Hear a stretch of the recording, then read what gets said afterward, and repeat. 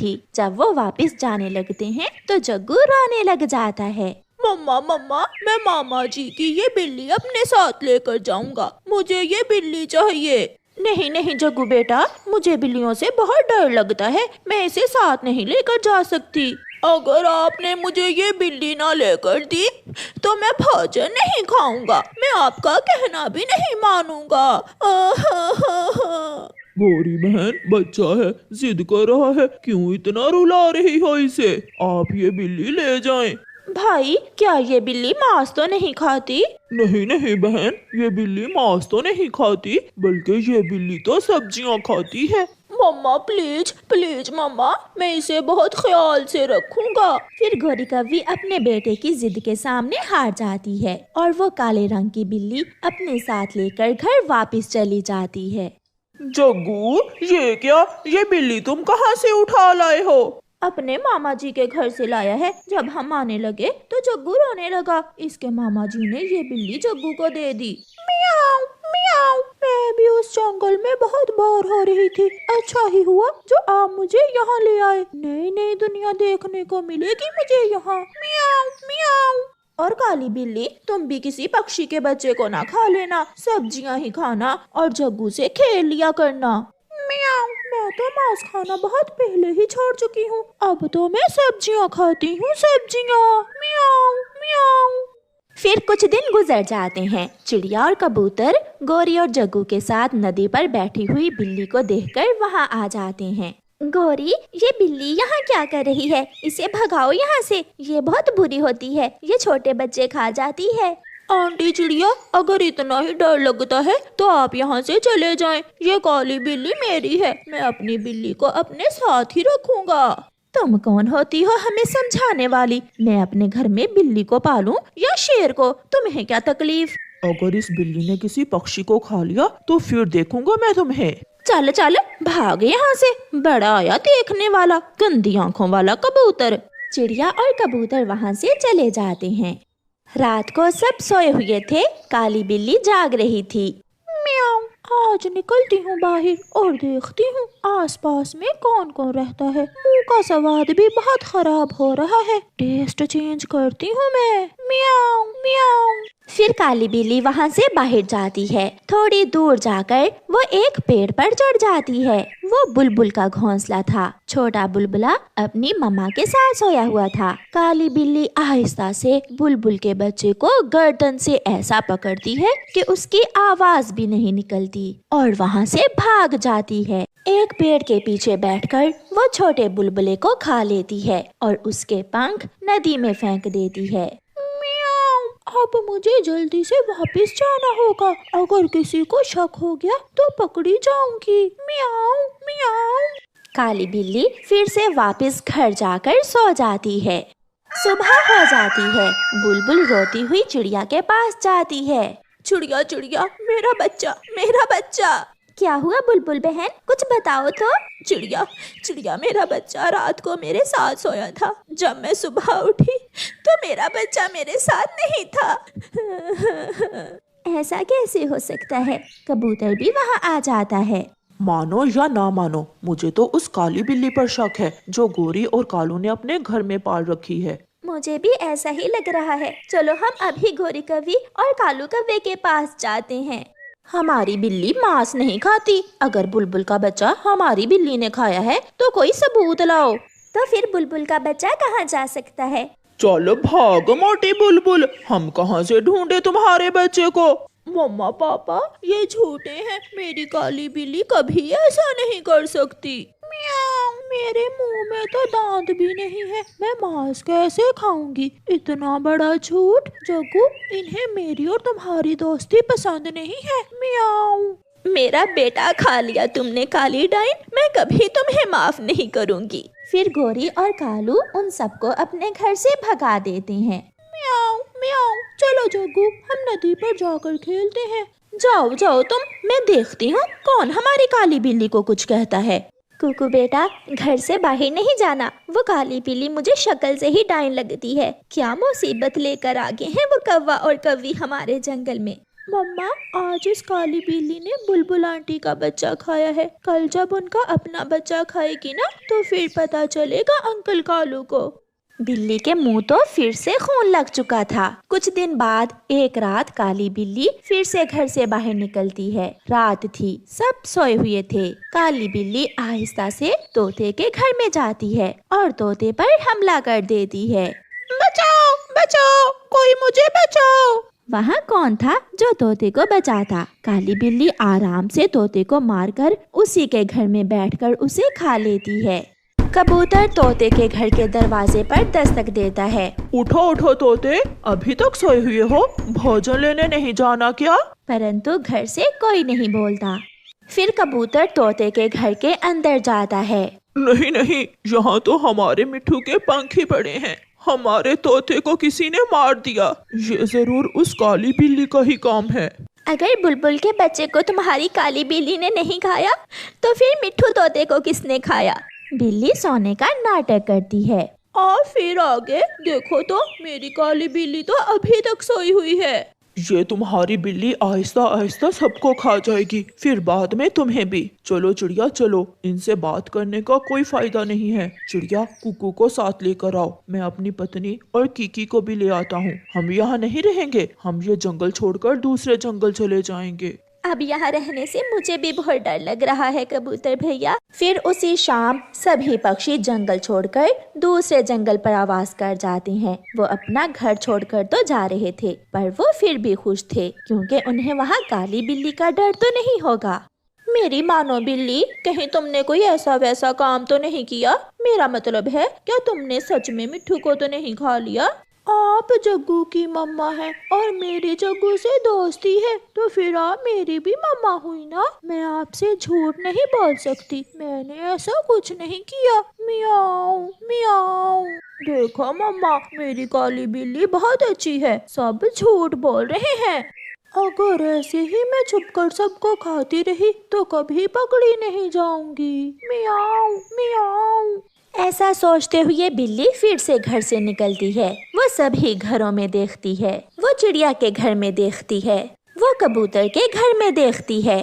इधर उधर उसे कहीं भी कोई पक्षी दिखाई नहीं देता। आता भी कैसे? सब पक्षी तो जंगल छोड़कर दूसरे जंगल चले गए थे। थक हार कर काली बिल्ली खाली पेट ही वापस आकर सोने की कोशिश करती है। उसे नींद नहीं आ रही थी, उसके मुंह तो खून लगा हुआ था। अगर बाहर से कुछ नहीं मिला तो आज घर में ही शिकार कर लेती हूँ। मियाऊ। बिल्ली तो ये काम अच्छे से करना जानती थी। वो गर्दन से जग्गू को पकड़ती है और उसे वीराने में ले जाकर खा लेती है और फिर वापस घर जाने की बजाय पहाड़ों में ही भाग जाती है। कालू और गोरी अपने बेटे को अपने घर में ना पाकर जान जाते हैं कि उनका बेटा वो काली बिल्ली खाकर भाग गई है। वो बहुत रोते हैं, पछताते हैं, परंतु गया समय लौट कर नहीं आना था। प्यारे दोस्तों, आप भी अपने आसपास ऐसी काली बिल्लियों से बचें और उनसे दूर ही रहें। और प्यारे दोस्तों, इस कहानी को लाइक, अपने दोस्तों के साथ शेयर और चैनल को सब्सक्राइब करना बिल्कुल मत भूलना। आपका धन्यवाद। गोरी कव्वे का घर टूट गया था, इसलिए गोरी कव्वी कालू कव्वे से कहती है, कालू, जंगल जाओ और कुछ सूखी लकड़ियाँ लेकर आओ, हम घर की मरम्मत कर लें। ऐसा ना हो कि बारिश शुरू हो जाए। गोरी, इन दिनों जंगल में सूखी लकड़ियाँ मिलना बहुत मुश्किल है, मगर मैं जाता हूँ। फिर कालू कौवा अपना कुल्हाड़ा उठाकर जंगल की तरफ निकलता है। वो सारा जंगल घूमता है मगर उसे कहीं से भी कोई सूखा हुआ पेड़ नहीं मिलता। फिर उसकी नजर एक पेड़ पर जाती है जिसके पत्ते गिर चुके थे। कालू कौवा वहाँ जाता है। इस पेड़ पर कोई भी पत्ता नहीं है, मैं इसे काट लेता हूँ। कौवे, ऐसा न करना, तुम मुझे न काटना। मैं एक अनार का पेड़ हूँ। पतझड़ का मौसम है इसलिए मेरे पत्ते गिर गए हैं। बाहर आते ही मैं फिर हरा भरा हो जाऊंगा। मुझे अपना घर बनाने के लिए लकड़ियों की जरूरत है और तुम मुझे पसंद आ गए हो, मैं तुम्हें ही काटूंगा। कौवे की ये बात सुनकर वो पेड़ कौवे से कहता है, मैं तुम्हें अनार दे सकता हूँ, तुम मेरे अनार खा सकते हो। ऐसा कहते हुए पेड़ अपनी सूखी डाल से कौवे को एक जादुई अनार दे देता है। ये कैसे हुआ? तुम तो सूखे पेड़ हो। मेरे पास जादुई शक्ति है, मैं सब कर सकता हूँ। फिर कालू कौवा वो अनार लेकर खुशी खुशी अपने घर चला जाता है। कालू जी, ये क्या, तुम गए थे सूखी लकड़ियाँ लेने और अनार लेकर घर आ गए हो? फिर कालू कौवा अपनी पत्नी को पूरी बात बताता है। वो जादुई शक्तियों वाला पेड़ था। और कालू, तुम भी उस पेड़ से एक अनार लेकर ही खुश हो गए? तुम उससे कुछ और भी तो मांग सकते थे, जैसे सोना, जैसे धन दौलत। तुम ये अनार खाओ, बाकी का काम कल करेंगे। फिर दूसरे दिन कालू कौवा फिर से उस पेड़ के पास जाता है और उससे कहता है, जादुई अनार के पेड़, मेरी मदद करो। मैं बहुत गरीब हूँ, मुझे अनार नहीं बल्कि ढेर सारा सोना दे दो। अगर तुम सच में गरीब हो तो मैं अपनी जादुई शक्ति से तुम्हारी मदद करूँगा। फिर उस पेड़ से एक रोशनी निकलती है और वो पेड़ कालू कौवे को एक थैली दे देता है। इस थैली में सोना है, जाओ और तुम जाकर अपनी गरीबी दूर करो।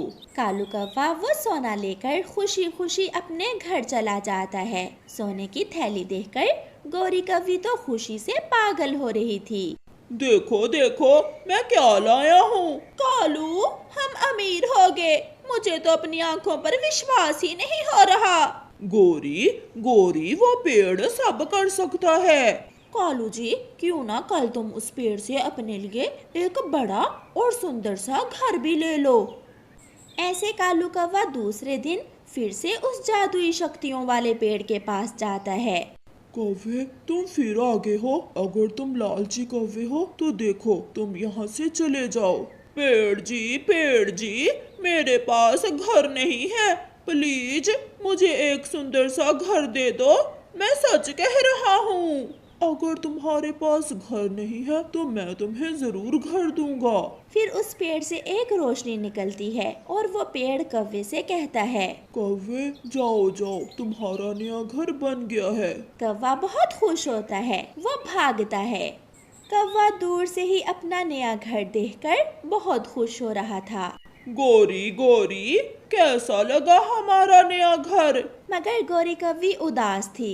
गोरी, क्या हुआ? तुम अभी तक उदास हो? घर मिल गया, सोना मिल गया, और क्या चाहिए तुम्हें? कालू जी, गलती हो गई। वो पेड़ हमें सोने का घर भी तो दे सकता था, फिर ये लकड़ी का घर क्यों मांगा तुमने उस पेड़ से? कोई मुश्किल नहीं है, मैं कल फिर जाऊंगा। मैं कल उस पेड़ से सोने का घर मांगूंगा। अपने पति की ये बात सुनकर गौरी कौवी खुश हो जाती है। चिड़िया गौरी कौवी के पास आती है। गौरी, तुमने इतनी जल्दी इतना बड़ा घर कैसे बना लिया? ये राज की बात है, मैं तुम्हें नहीं बता सकती। चिड़िया, ये टॉप सीक्रेट है मेरा।